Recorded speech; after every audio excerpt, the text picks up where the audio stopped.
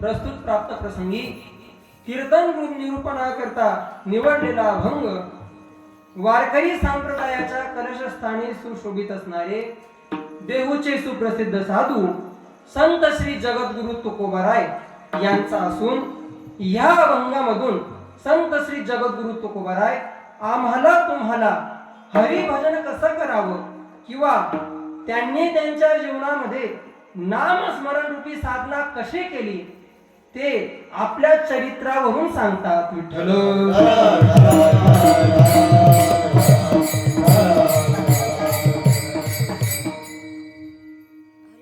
सेवेला प्रारंभ करण्यापूर्वी अल्पसा परिहार द्यायचा तो म्हणजे असा. अकारण करुणावरणालय भगवान पांडुरंग परमात्मा विश्वमाऊली ज्ञानोबाराय जगद्गुरु तुकोबाराय स्वानंद सुखनिवासी गुरुनाम गुरु सद्गुरु जोग महाराज. विठ्ठल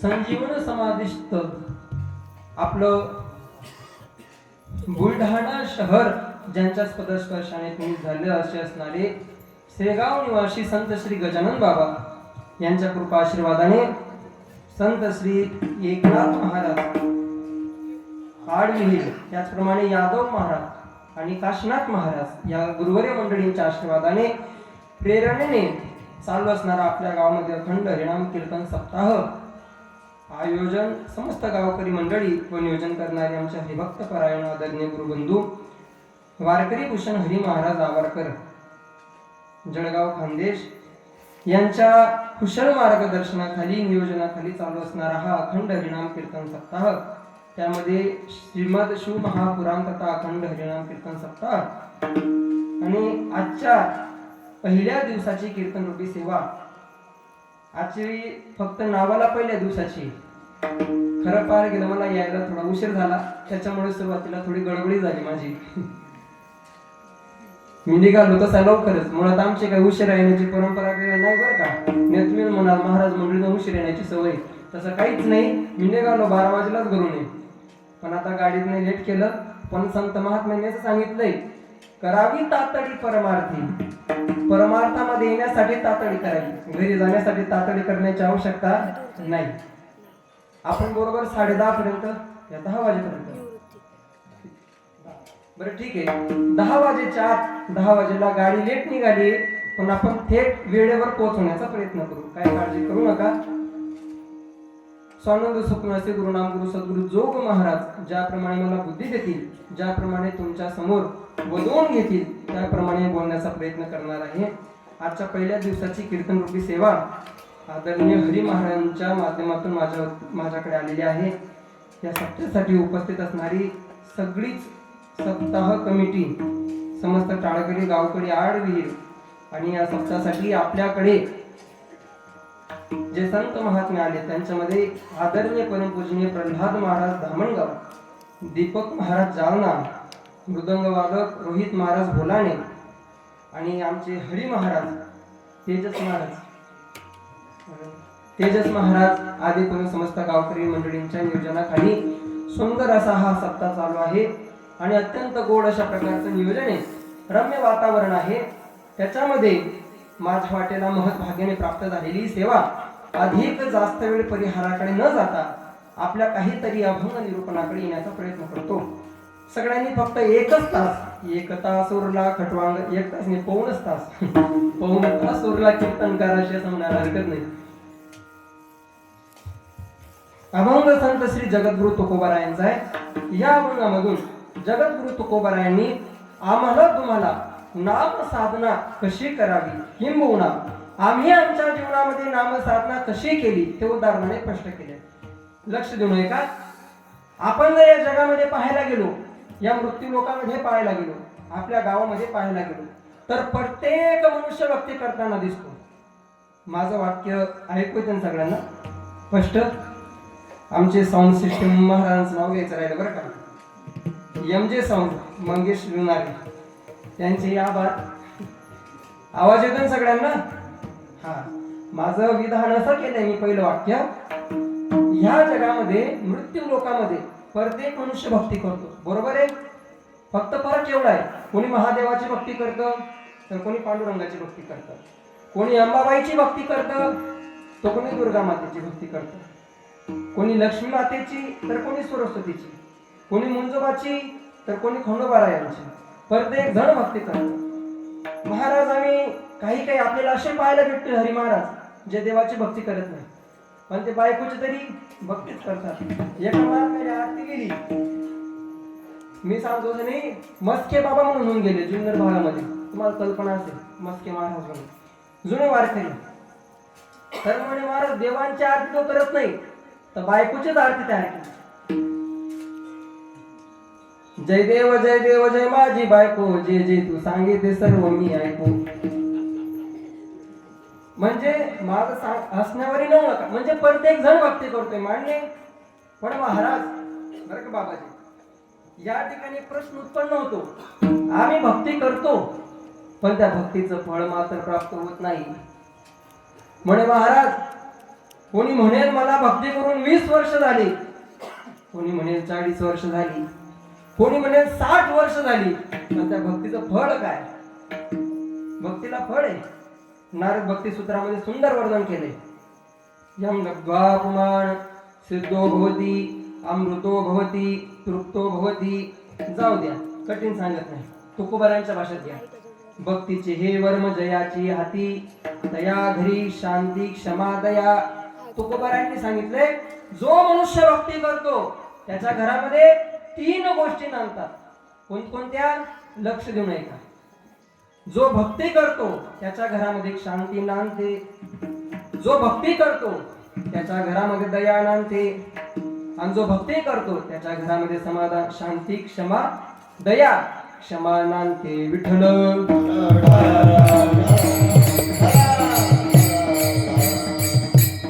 जगद्गुरु तुकोबाराय तुम्हाला सांगतात, ज्याने ज्याने भक्ती केली त्याच्या घरामध्ये 3 कारण पाहिजेत, हे 3 फल पाहिजेत. काय काय? शांती क्षमा आणि दया. बरं, आता प्रत्येकाने आपलं आपलं अवलोकन करा. जी आले त्यांचा विषय चालू आहे. कोणाकोणाच्या घरी नांदत? किती जणांच्या घरी शांती? किती जणांच्याकडे क्षमा आहे? किती जणांकडे दया आहे? जुन्या काळामध्ये जुने कीर्तनकार एक दृष्टांत सांगायचे. जुन्या काळात मोठ असायची पाण्यासाठी, ते पाण्याची मोठाला बैल असायची. बैल सकाळपासून मोठ चालू आहे, बैलही चांगले, शेतकऱ्यांना दारू पिलेली नाही, पण ऊसापर्यंत पाणी पोचत नाही. म्हणजे काय? मध्ये कुठं तरी पाणी जागेत सगळे. तुम्ही बोलले तर मला थोडा उत्साह भेटेल, म्हणजे तुम्हाला अधिक काहीतरी अजून चांगलं ऐकायला भेटेल. पाणी कुठेतरी मुरते. आणि मग तसं आम्ही भक्ती करतो पण भक्तीचं फळ नाही, म्हणजे पाणी कुठेतरी मुरते. विठ्ठल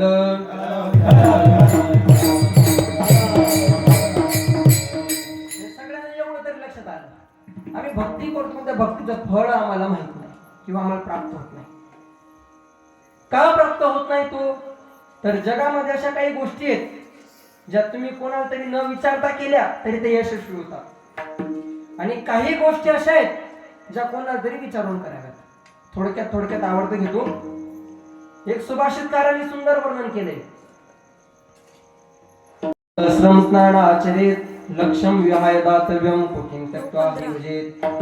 सुभाषितकार सांगतात, कोणत्या गोष्टींना तुम्हाला कोणाला विचारायची गरज नाही किंवा न विचारता केल्याने तुम्हाला त्याचं फळ भेटेल, तर 4 गोष्टी सांगितल्या. त्याच्यामध्ये पहिली गोष्ट आपल्या सगळ्यांच्या आवडीची, ते म्हणजे जेवण. भूक लागली कोणाला विचारायचं काम नाही, जेवण करायला बसलं काय हरकत नाही, काही वाटोळ होणार नाही. नवीन सुभाषितकार सांगतात, 100 कामं सोडा आणि भूक लागली जेवण करून घ्या. हे आपल्या फायद्याचं आहे, जास्त पण महाराज म्हणजे 100 कामं सोडा, पहिले जेवण करून घ्या. दुसरी गोष्ट सांगितली, आंघोळ करायची. आंघोळ करण्यासाठी ब्राह्मणाकडे जायची गरज नाही, मूर्त काढायची गरज नाही. न विचारता आंघोळ केली तरी काही तोटा नाही. तिसरी गोष्ट सांगितली दान. लक्ष्यम विहाय दातव्यम. लाख काम सोडा आणि दान करा. दारामध्ये कोणी याचक आला, माई भिक्षाम देई, त्याला मधुपुरी वाढा, त्याला भिक्षा वाढा. त्याच्याकरताही विचारायची गरज नाही. मातृवर्ग जागेत ना. कोणी दारामध्ये याचक आला, तीर्थ काळ आपलं मुहूर्त काढायची गरज नाही. न विचारता दान द्या. पण दान काय द्या? सर्वाभूती द्यावे अन्न. जेवणाचं दान प्रत्येकाला द्या. जो आला त्याला जेवणाचं दान दिलं पाहिजे. त्याच्यासाठी ब्राह्मणाला विचारायची गरज नाही, सासूला विचारायची गरज नाही. तुमच्या पदरात पुण्य पडेल. तिसरी गोष्ट. चौथी गोष्ट, देवाचं नामस्मरण करायचंय. जर देवाचं नामस्मरण करायचं तर विचारायचं काम नाही. म्हणे आज नाही नामस्मरण करतो, गावाच्या पाटलाला विचारून येतो, मग उद्या करतो. विचारायची गरज नाही. 4 गोष्टी सांगितल्या. कोणकोणत्या? पहिली गोष्ट, जेवण करायचंय, विचारायचं काम नाही. दुसरी गोष्ट काय सांगितली? धन्यवाद. तिसरी गोष्ट दान. आणि चौथी गोष्ट सांगितली ती म्हणजे देवाचं नामस्मरण करायला हवं. पण महाराज, हे झाला आपला अभंगाचा पहिला टप्पा. दुसरा टप्पा बघा. काही गोष्टी संसारामध्ये अशा आहेत ज्या कोणाला तरी विचारूनच कराव्यात. त्याच्यामध्ये 4 गोष्टी प्रामुख्याने पाहता येतात. पहिली गोष्ट ती म्हणजे कोणती सांगू? जागेत ना सगळे? जागेत सुद्धा सांगतो. विठ्ठल.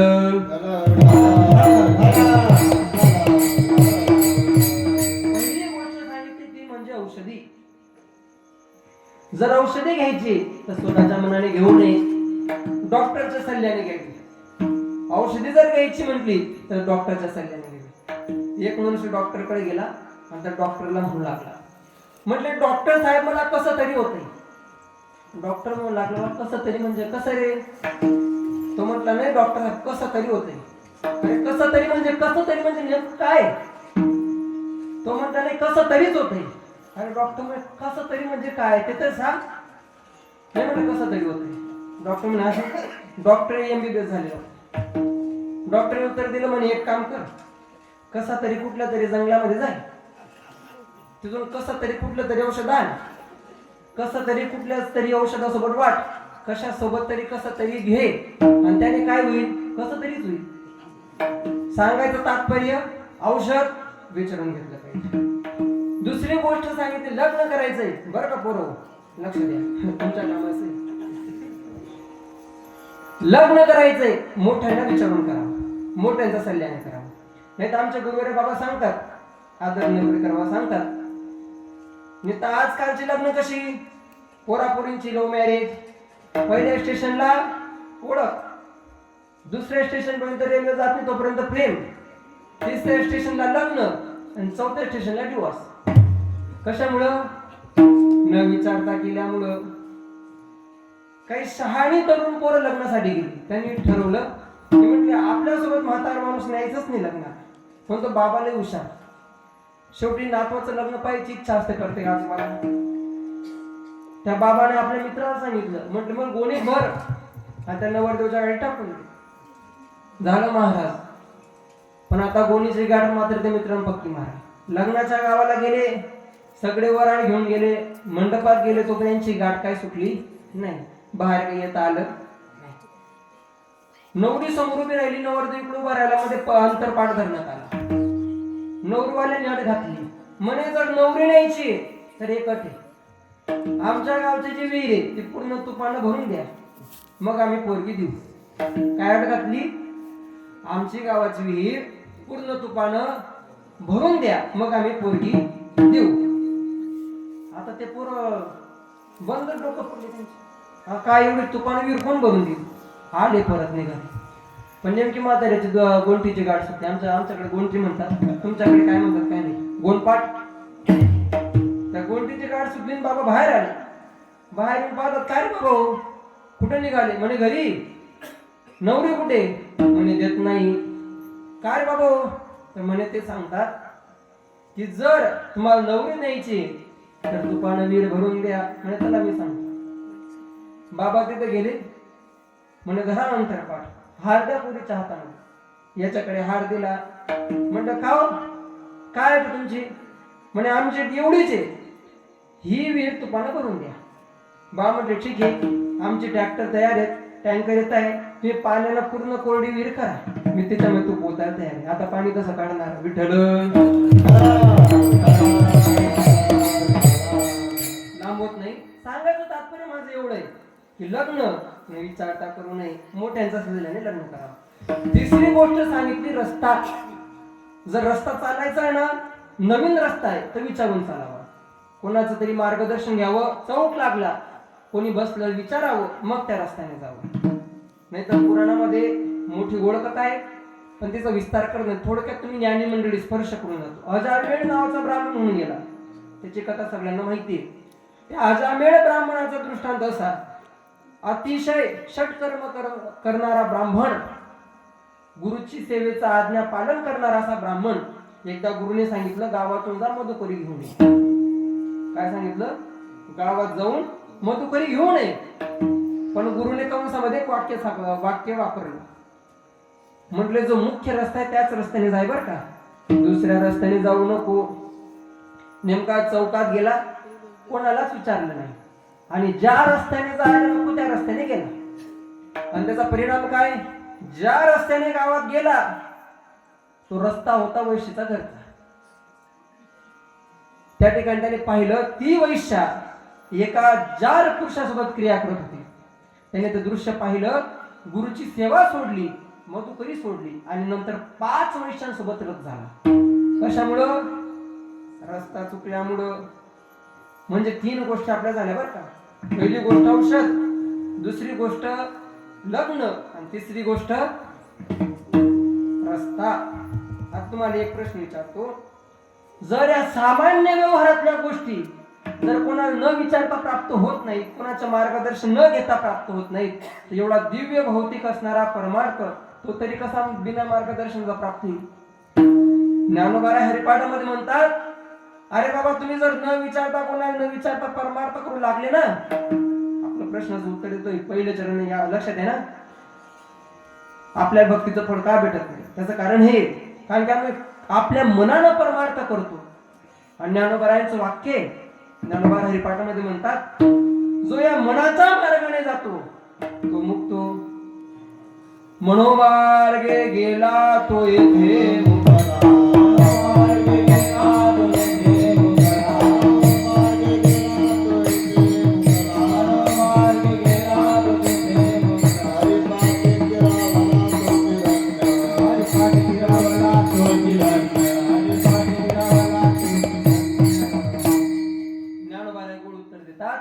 बाबा मनाने परमार्थ करू नका. आपला सप्ताहाचा पहिला दिवस आहे, मग 7 दिवस कसा परमार्थ करायचा ते आजच ऐकून घ्या. आपल्या मनाच्या मार्गाने परमार्थ करू नये. म्हणते महाराज मग कोणासारखा परमार्थ करावा? मनाने करू नये. मग कोणासारखा करावा? जडासारखा परमार्थ करावा. अहो जडाला आता अक्कलच नाही. इथं किती दोंड येऊन बसले कीर्तनाला, जे दोंड ते गल्यांमध्येच फिरताय. किती जण आले, जे माणसं ते आले. जडाला परमार्थ कळत नाही. दुसरी गोष्ट, जीवाला परमार्थ कळत नाही. जर जीवाला परमार्थ कळाला असता तो ब्रह्मस्वरूप झाला असता. जीवालाही परमार्थ कळत नाही. मग कोण राहिलं? देव. देव परमार्थ सांगत नाही. देव फक्त एकच वाक्य सांगतो, अनन्य चिंतन माम, माझं अनन्यतेने चिंतन करा मी त्याचा उद्धार करेन. पण आपल्याला काय माहिती अनन्यता म्हणजे? देव परमार्थ सांगत नाही. मग राहता राहिले संत महात्मे. संत महात्म्यांनी जसा परमार्थ केला तसा परमार्थ आपण करावा. विठ्ठल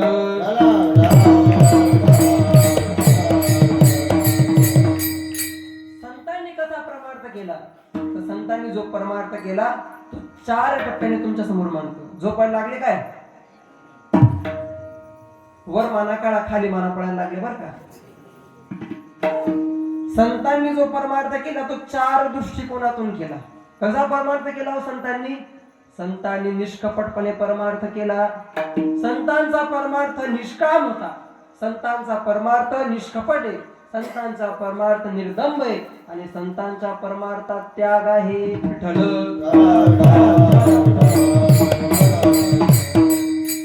संत महात्मे परमार्थ करतात तो निष्कामतेने करतात. आज तुमचं पोट भरतंय बघा ऐकून. संत महात्मे परमार्थ करतात, निष्कामतेने करतात. संतांच्या मनामध्ये परमार्थ करत असताना कुठल्याही प्रकारचा स्वार्थ नाही, कुठल्याही प्रकारची कामना नाही. तुकोबाराय म्हणतात वैष्णव तो जया अवघी देवावरी माया. याचं पुढचं महत्वाचं आहे प्रमाण जन धन तृण जन. संत महात्मे परमार्थ करतात, तो लोकांसाठी करत नाही. लोकांनी आम्हाला चांगलं म्हणावं म्हणून संत परमार्थ करीत नाही. संत महात्मे परमार्थ करतात. थोडं कठीण झालं बरं काय, काल माफ करा, पण संतांची वचन तीच मानतोय. संत महात्मे बायका पोरांसाठी सुद्धा परमार्थ करीत नाही. गावामध्ये चांगलं नाव व्हावं म्हणून संत महात्मे परमार्थ करीत नाही. पत्नीने चांगलं म्हणावं म्हणून संत महात्मे परमार्थ करत नाही. आणि प्रमाण जन, लोकांनी चांगलं म्हणावं. धन, धनासाठी संत महात्मे परमार्थ करत नाही. संतांच्या बुद्धीमध्ये कीर्तन करताना भजन करताना धन नसतं, देव असतो विठ्ठल. धनासाठी संत महात्मे परमार्थ करीत नाही. मी तर अलीकडं बरीच मंडळी याच्यासाठी इकडे आलेली दिसतात, बरीच मंडळी. आमच्या हरी महाराजांना विचारा, जर कमी मध्ये नियोजन करायचं असेल तर किती त्रास होतो. चिदंबरेश्वर महाराज साखरे म्हणून माहिती, यांना माहिती आहे साखरे परंपरेचे म्हणजे उत्तराधिकारी समजा किंवा त्यांचे वंशज आहेत. त्यांचं एक वाक्य आहे, ते म्हटले बंद पॅकेट सत्य नको व्हायला, पॅकेट बंद सत्य झाले पाहिजे, मग बघू किती जण येतात. म्हणजे असो ज्याचं त्याचं प्रारब्ध. सांगायचं एवढे, संत महात्मे धनाकडे पाहून परमार्थ करीत नाही. संत महात्मे लोकांकडे पाहून परमार्थ करीत नाही.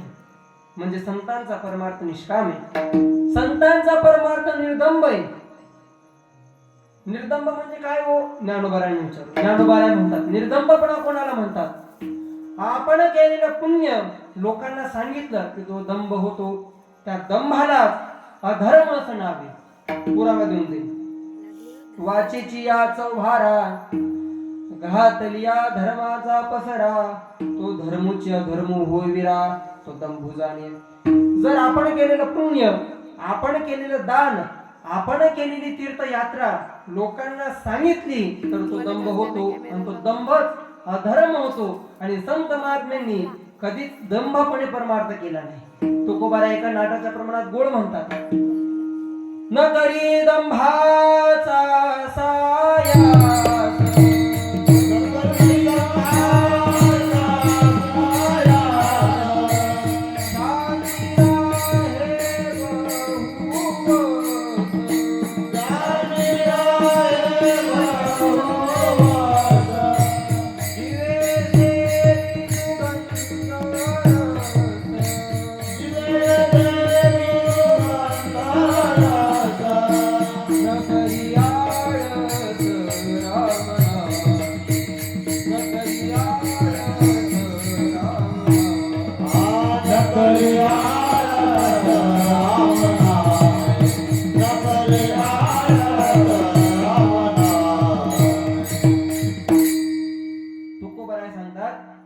जर खरं हेच करून घ्यायचंय ना तर न करी दंभाचा सायास. दंभाचा सायास करू नका. मी तर लोक अलीकडे दान देतात थोडं आणि नावाची पाटी लावायला लावतात मात्र मोठी. काय काय ठिकाणी बाबा नवल वाटेल, अलीकडे अशी पद्धत झाली, मंदिर बांधायचं म्हटलं की पहिले ते काय रिश्वत द्यावी लागते. तुम्ही आम्हाला एवढे एवढे पैसे द्या म्हणजे तुमचं नाव लावू, त्या नावासाठी लोक दान पेटी पैसे टाकतात. काही काही मंदिराचा पैसे पाय मिळतील, तिथं देवाच्या नावाच्या पाठीत कमी जागा आणि लोकांचेच नाव पायरीपासून तर कळसावर सुद्धा माणसांचं. आणि याने होतं काय तर दंभ होतो. आणि त्या दंभाने काय होतं, आपण जो परमार्थ केला तो वायाला जातो. मी म्हणतो आणि संत महात्मे म्हणतात विठ्ठल. संत महात्म्यांनी परमार्थ केला, निर्दंभपणे केला. संत महात्म्यांनी परमार्थ केला समारंभ निराडंब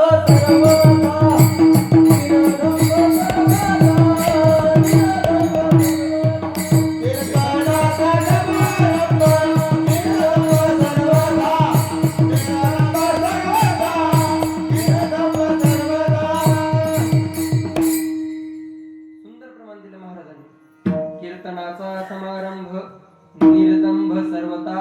संतांनी निर्दंबपणे परमार्थ केला, संतांनी निष्कपटपणे परमार्थ केला. कोणाच्याही मानामुळे संत महात्म्यांनी परमार्थ केला नाही, कोणाला त्रास देऊन संत महात्म्यांनी परमार्थ केला नाही.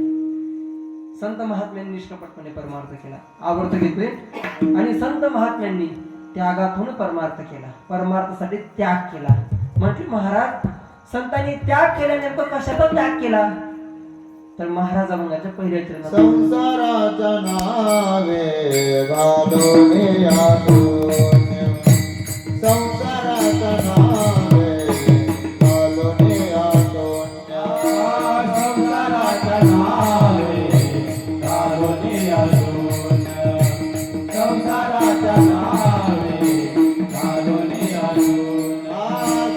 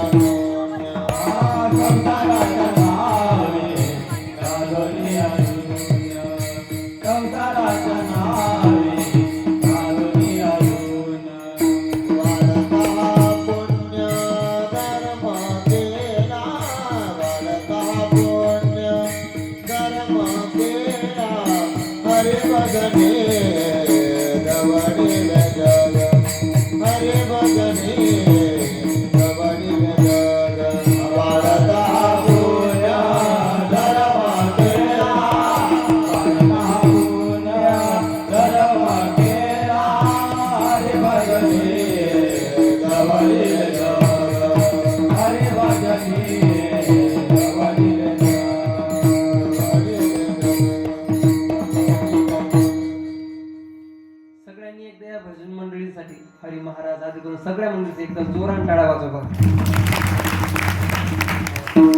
अतिशय गोड आवाज आहे महाराजांचा, गोड चाल. तुकोबारांनी उत्तर दिलं, म्हटले संतांनी त्याग केला. पण कशाचा त्याग केला? संसाराचा त्याग केला.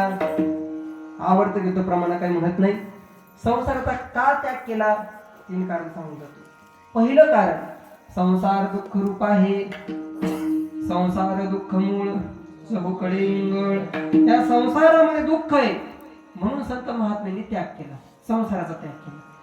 कबीर महाराजांनी सुंदर वर्णन केलंय. जो देखे सो दुखिया बाबा, सुखिया कोही नहीं रे. कोण कोण दुखी? राजा दुखिया, प्रजा दुखिया, दुखिया धन बैरागी रे. जो देखे सो दुखिया बाबा, सुखिया कोही नहीं रे. प्रत्येक जण दुखी आहे, लहान मुलापासून मराठी टेकलेला बाबापर्यंत प्रत्येक जण दुखी. आता याच निरूपण करण्याची आवश्यकता नाही, कारण आपण सगळे ते भोगतोच. संसार दुःख रूपी म्हणून संतांनी त्याग केला. दुसरं कारण सांगितलं, संतांनी संसाराचा त्याग केला. का म्हणून त्याग केला? तर संसार हा फलकट आहे. फलकट तो संसार, येथे सार भगवंत, येथे सार भगवंत,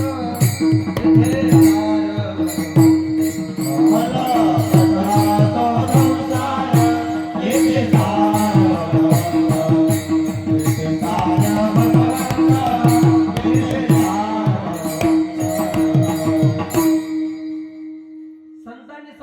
त्याग केला. कारण संसार कसा आहे? फलकट आहे. तिथं काहीच सार नाही. कोणी 15 वर्ष संसार केला, कोणी 30 वर्ष केला, कोणी 50 वर्ष, कोणी 60 वर्ष. पण यांच्या प्रत्येकाच्या अंतकाळाच्या वेळेस एक विचारा, का रे बाबा संसारात काय भेटलं? उत्तर एकच येईल, काहीच नाही. म्हणजे संसाराला फळ नाही. ज्ञानोबारांनी गोड वर्णन केले. या फळ न चुंबिता, फुल न तुरंबिता, जे काही पंड सुद्धा ते रुखची हा. संसार रूपी झाड असे 15 वाक्यामध्ये गोड वर्णन. ज्याला फळ नाही, ज्याला फूल नाही. वैराग्य मूर्ती आमचे गुरुवारे प्रातस्मृती गुरुवारे घुले बाबांचं वाक्य. घुले बाबा म्हटले बाबा संसारामध्ये कितीही केलं तर ते कामी येत नाही, आणि परमार्थामध्ये थोडं जरी केलं तरी ते वायाला जात नाही. विठ्ठल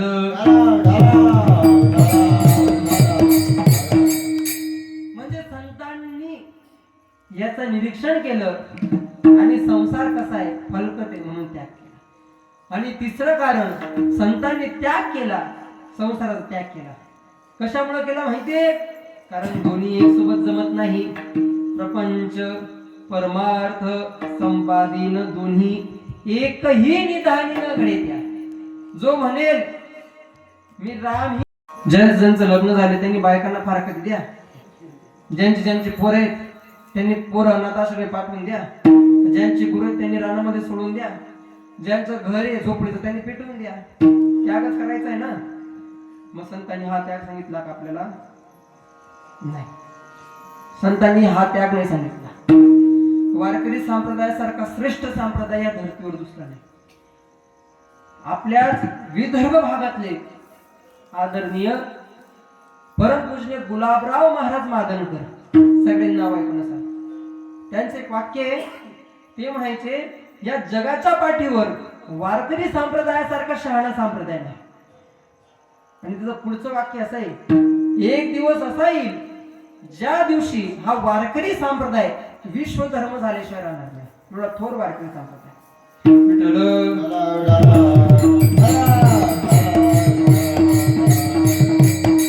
मग संतांनी आपल्याला असा त्याग सांगितला का? नाही. वारकरी संप्रदायाचं तत्व आहे एक तर वृत्तीचा त्याग, नाही तर कृतीचा त्याग. मग त्याग कशाचा करायचा? तुकोबारांनी गोड उत्तर दिले, त्याग तरी ऐसा करा, त्याग तरी ऐसा करा, अहंकारा ढवळावे, अहंकारा ढवळावे,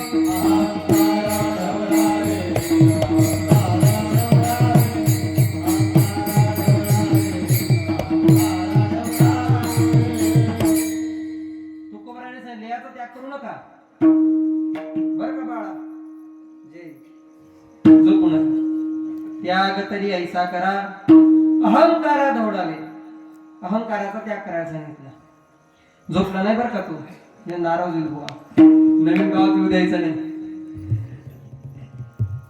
त्याग करायला सांगितलं अहंकाराचा. अहंकाराचा त्याग करा म्हणजे काय करा? आपलं जे शरीर आहे, शरीराला सुद्धा एक संसार म्हणतो. शरीराचा त्याग करू नका. न शरीराचा त्याग करणारे भरपूर आहेत, आत्मत्याग करणारे त्यागच करतात ना. मग त्यांना देव भेटतो काय? दुरावतो, भेटत नाही. म्हणजे महाराज देहाचा त्याग कसा करायचा? आत्महत्या करून नाही, देहावरची आसक्ती काढून. घराचा त्याग कसा करायचा? घर जाळून नाही, तर घरावरची आसक्ती काढून. पत्नीचा त्याग कसा करायचा? तर पत्नीला फार कधी देऊन नाही, काळजी करू नका, नियाला टेन्शन, अरे बापरे, फार कधी देऊन नाही, तर पत्नीवरची आसक्ती काढून. मुलांचा त्याग करायचा, मुलांना अनाथाश्रमे पाठवून नाही, तर त्यांच्यावरची आसक्ती काढून. आणि धनाचा त्याग करायचा, नोटा जाळून नाही, तर त्यांच्यावरची आसक्ती काढून. मी सांगतो ज्ञानोबरांच्या उभ्या म्हणून जाईल, हे मी चांगलं विस्ताराने सांगत असतो, पण वेळेच्या अभावी थोडं शॉर्टकट मध्ये आवडते. ज्ञानोबराय म्हणतात, देहाधिक संसारे सर्वत्र मानिलेसे गुंफिरे, एक नातुडे तो वागुडे वारा जायचा. वृक्षाची सावली वाटे जाता मिनली, घरावरी ते तुली असता नाही. त्या संत महात्म्यांची घराविषयी कशी नजर असते?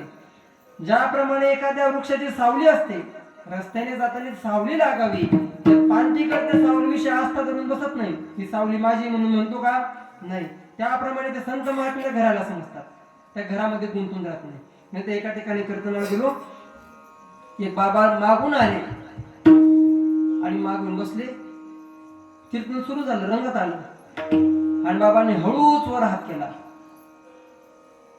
मी इकडून पाहिलं, बाबा काही प्रश्न आहे का तुम्हाला? बाबा म्हटले नाही. परत दुसऱ्यांदा पाहिलं, बाबाचा हात वर केला. म्हटलं आता प्रश्न आठवला असेल. म्हटलं विचारा, काही प्रश्न असला तर सांगतो. बाबांनी काहीच उत्तर दिलं. परत तिसऱ्यांदा हात वर. म्हटलं का बाबा? म्हणे नाही काय नाही काय नाही, चालू द्या म्हणे, मला तुमचं आमचं बरं इकडे. म्हटलं का हो? तरी काय बाबांनी उत्तर द्यायला तयार नाही. आणि 5-5 मिनिटांनी हात वर हाय. म्हटलं जाऊ दे, कीर्तन सुटू दिलं. बाबा आले दर्शनाला. बाबा म्हटलं काय समस्या? म्हणजे बायकोने घरात कुलूप लावायला सांगितलं म्हणून बळच आलं. घरात राहू दिलं नाही म्हणून कीर्तनाला आलं. पण नेमकं येताना एक गोंधळ झाला. ते कुलूप नीट लागलं का नाही हेच लक्षात नाही, म्हणून माग बसून झटकी देऊ लागलो.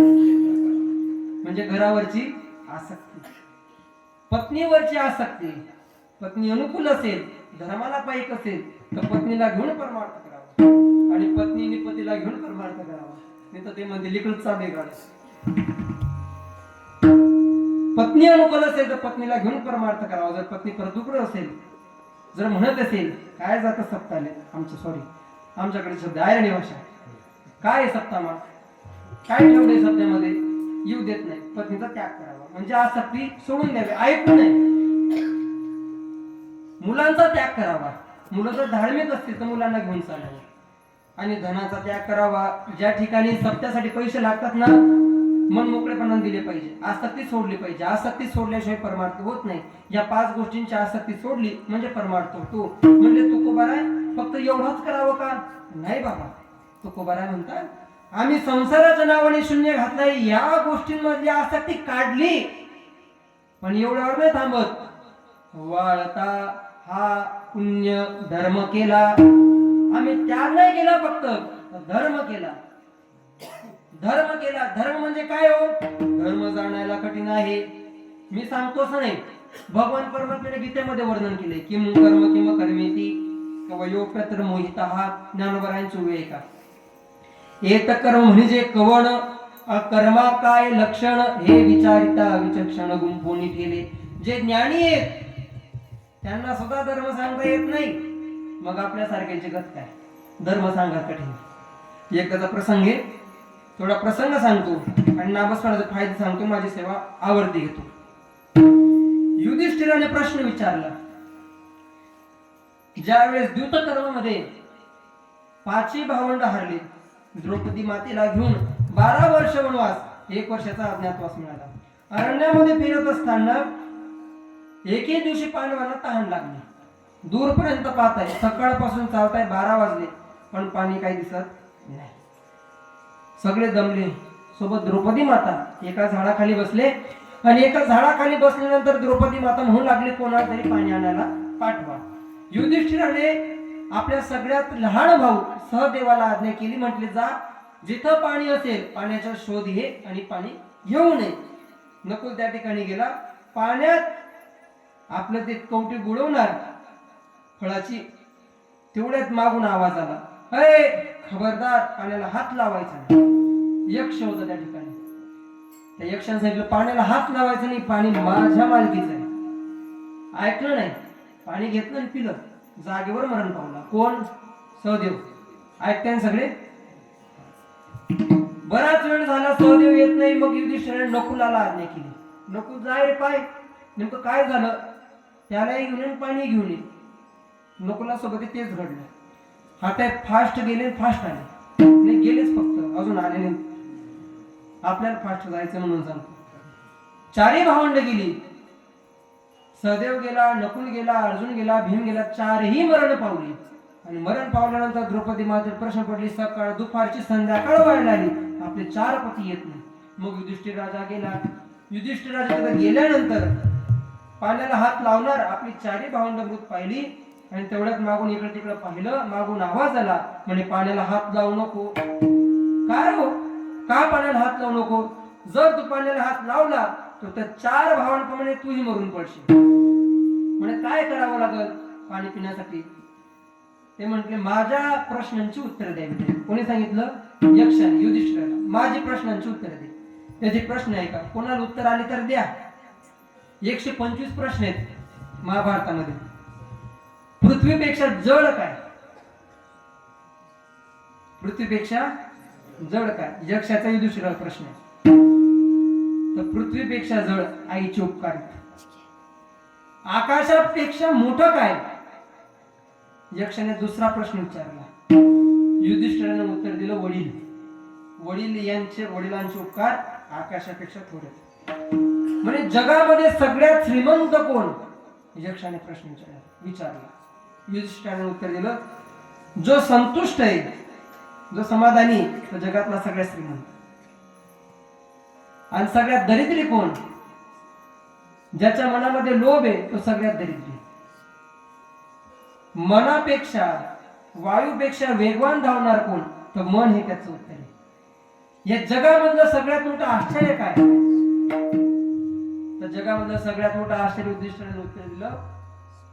म्हटले एक माणूस मरतो, त्याला चितेवर झोपून येतो आणि स्वतः मात्र अमर होण्याची इच्छा करतो.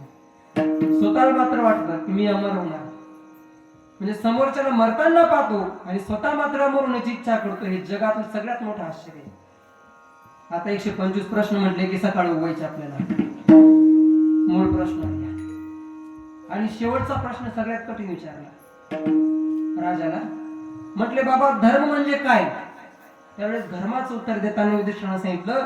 म्हटले धर्माचं तत्व सांगायला कठीण आहे. कोणी सांगितलं? युधिष्ठिराने. धर्म सांगायला कठीण. श्रुती विभिन्ना तर्को प्रतिष्ठा न एको यस्य मुनी प्रमाण धर्मस्य तत्त्वमिहितं गुहाय महाजनो येन गतस्य पंथा. युधिष्ठिराने उत्तर दिलं असा एखादा ग्रंथ नाही जो धर्म सांगतो. असा एखादा तर्क ग्रंथ नाही जो धर्म सांगतो. असा एखादा मुनी नाही ज्याच्या म्हणण्याप्रमाणे आपण धर्म मानावा. असा एखादा साधू नाही की ज्याचं वाक्य आपण प्रमाण मानावं. मग म्हणजे धर्म कोणता? ज्या मार्गानं मोठी माणसं गेली, वडील माणसं गेली, तो धर्म. ज्ञानोबाईंची विवेक एक वडील जय जय करीती तया नाम धर्म ठेवीती. म्हणजे या ठिकाणी जे वडील करतात तो धर्म आहे. मग वडील कोण? माणसाचे वडील नाही ना. तर वडील जातात दररोज संध्याकाळी गावाच्या बाहेर अड्ड्यावर. मग ते मुलांना करावा का? नाही, जास्त लांब होत नाही. तर तो धर्म नाही. आपले वडील कोण? ज्ञानोबा आहे. आपले वडील गजानन महाराज. आपले वडील गुरुवर्य यादव महाराज. आपले वडील गुरुवर्य काशीनाथ महाराज. हे सगळे आपले वडील. हे ज्या मार्गाने गेले त्या मार्गाने जाणं हा धर्म आहे. मग ते कोणत्या मार्गाने गेले, ते कुठल्या मार्गाने गेले, सगळं विचारून ज्ञानोबारांना. का हो ज्ञानोबाराय, कोणता असा धर्म श्रेष्ठ आहे ज्याच्या योगाने आम्ही या संसार सागरातून तरुण जाऊ, ज्याच्या योगाने आम्हाला मृत्यू लोकातील दुःख भोगावे लागणार? तर ज्ञानोबारांनी सांगितलं निज धर्म हा चौखळा नाम उच्चारी गळगोळा. भगवंताचं नामस्मरण करणं हाच सगळ्यात श्रेष्ठ धर्म आहे. बरं पुढे चला. नाथ महाराजांना विचारा का हो नाथ महाराज कोणता धर्म श्रेष्ठ आहे? नाथ महाराज काय सांगता माहितीये? सर्वाश्रम सर्व धर्म यासी हेची एक साधन जाण सांगोनी विकल्पाचे भान माझे भजन करावे. नाथ महाराज म्हणतात वर्णाश्रमाचा धर्म सोडून द्या, आश्रमाचा धर्म सोडून द्या, जातीपाती सोडून द्या. फक्त देवाचं भजन करणं, देवाचं नामस्मरण करणं, देवाचं कीर्तन करणं हाच श्रेष्ठ धर्म आहे. तुकोबारांकडे चला. का हो तुकोबाराय कोणता धर्म श्रेष्ठ आहे? तर तुकोबारांनी सुद्धा हेच उत्तर दिलं. कडे न कडे जा धर्म ऐका सांगतो हे वर्म माझ्या विठोबाचे नाम अट्टहासे उच्चारा. म्हणजे धर्म कोणता सांगितला? नामस्मरण रूपी धर्म सांगितला. म्हटले महाराज मग तुम्ही नामस्मरण रूपी धर्म केला? तुकोबाराय म्हणतात हो मी माझ्या जीवनामध्ये नामस्मरण रूपी धर्म केला. किती केला? नेघे नेघे माझी वाचा विसावा. आम्ही देवाचं नामस्मरण एवढं केलं की आमच्या रोमारोमातून देवाचं नामस्मरण प्रकट होतं. एवढं नामस्मरण आम्ही केलं. म्हणले तुकोबाराय तुम्ही ते स्वतःपुरता मर्यादित ठेवलं का जगाला सुद्धा सांगितलं? तर तुकोबाराय म्हणतात मी त्या हरिभजनाचा प्रचार केला. माझ्या गावापुरता नाही, माझ्या घरापुरता नाही, माझ्या गलीपुरता नाही, माझ्या तालुक्यापुरता नाही, जिल्ह्यापुरता नाही, देशापुरता नाही, जगामध्ये त्या हरिभजनाचा प्रचार केला. अभंगाचं दुसरं हरिभजनी धावणी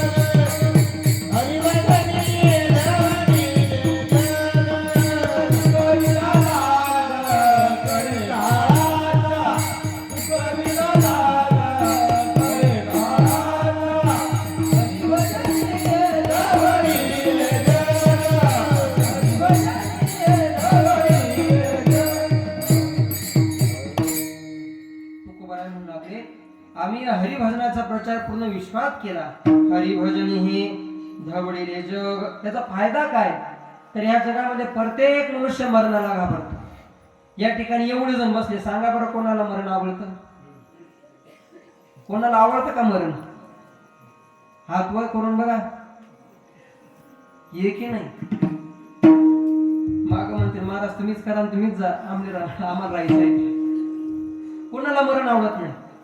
आणि जर मरण चुकवायचंय ना तर तुकोबाराय सांगतात, हरिभजन करा, देवाचं नामस्मरण करा. त्याने काय होईल? जगा काळ खाय आम्ही माथा दिला पाय. हरिभजन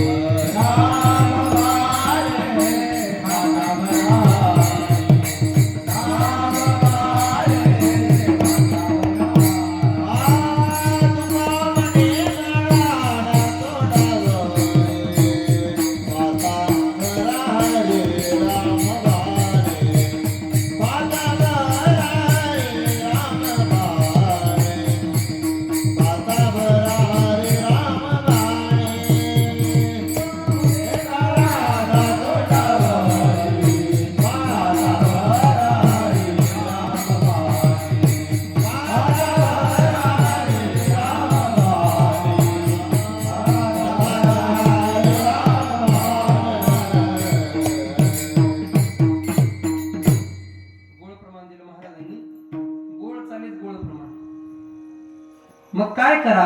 जर मरणाची भीती वाटते, भाता भरा हरी राम नामी, देवाचं नामस्मरण गोळा करा, देवाचं नामस्मरण करा. म्हटले महाराज मरणासाठी तेवढं पुरेसं आहे का? आता गमत क्षमा सेवर हरी महाराज, एका तासात सगळं सांगणं होत नाही. सरळ सरळ भाव सांगायचा मांडतो तुमच्या पुढे, कारण की अभंग आहे, काय की सोडणं योग्य वाटत नाही. मरणाची भीती वाटते तर नामस्मरण करा. जगा काळ खाय आम्ही माथा दिला पाय. म्हटले महाराज एवढंच पुरेसं आहे का? दुसरं साधन लागतं का नाही? महाराज म्हटले इतर कुठल्याच साधनांची गरज नाही. कोणाही न लगे साधनाचा पांग, कुठल्याच साधनाचा पांगीच तपणा म्हणजे आधार घेण्याची गरज पडत नाही. फक्त काय करा? देह बुद्धीचा त्याग करा. एकदा का देह बुद्धीचा त्याग केला मग देह नव्हे मी हे सरे उरला उरे विठ्ठल. एकदा हे संपलं की स्वतः परमात्मा सुपूर्त म्हणून देह बुद्धीचा त्याग करा. पण हे कशाने होईल? तर फक्त हरिकथेने होईल. आणि म्हणे महाराज संसाराचं दुःख सुद्धा तुम्हाला होणार नाही. तुका म्हणे सुख समाधी हरिकथा नेने भव्यथा गाईल जो. संसारातलं दुःख सुद्धा फक्त आणि फक्त देवाच्या नामस्मरणाने दूर होईल. म्हणे महाराज तुम्ही म्हणता नामस्मरण करा नामस्मरण करा, पण का हो जर आम्ही रात्रंदिवस नामस्मरणच करू लागलो तर आमचा संसाराचा काळ कोण चालवेल? प्रश्न आहे ना. मी या प्रश्नाचं उत्तर नंतर देतो. एकदा सगळ्यांनी मोठ्या प्रेमाने वर हात करा. ज्यांना दोन हात, ज्यांना देवाने तोंड दिले त्यांनी देवाचं नामस्मरण करा, आणि ज्यांना नाही दिलं त्यांच्याबद्दल माझा काहीच तक्रार नाही. सगळ्यांनी वर हात करा. पहिला दिवस आहे, करा, लाजू नका. आपलंच आहे सगळं, आपलंच गाव, आपलाच महाराज, आपलेच भजनी मंडळ. मोठ्या प्रेमाने भजन करा. विठोबार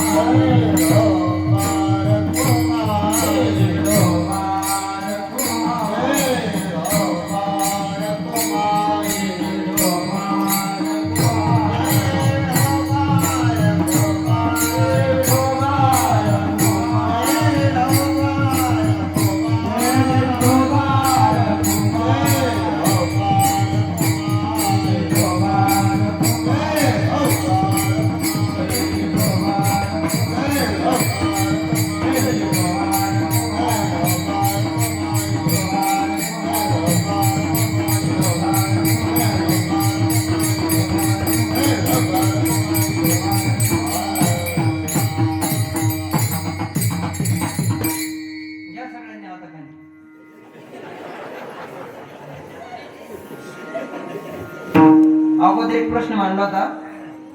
जर आम्ही रात्रंदिवस नामस्मरण करायला बसलो, जय जय राम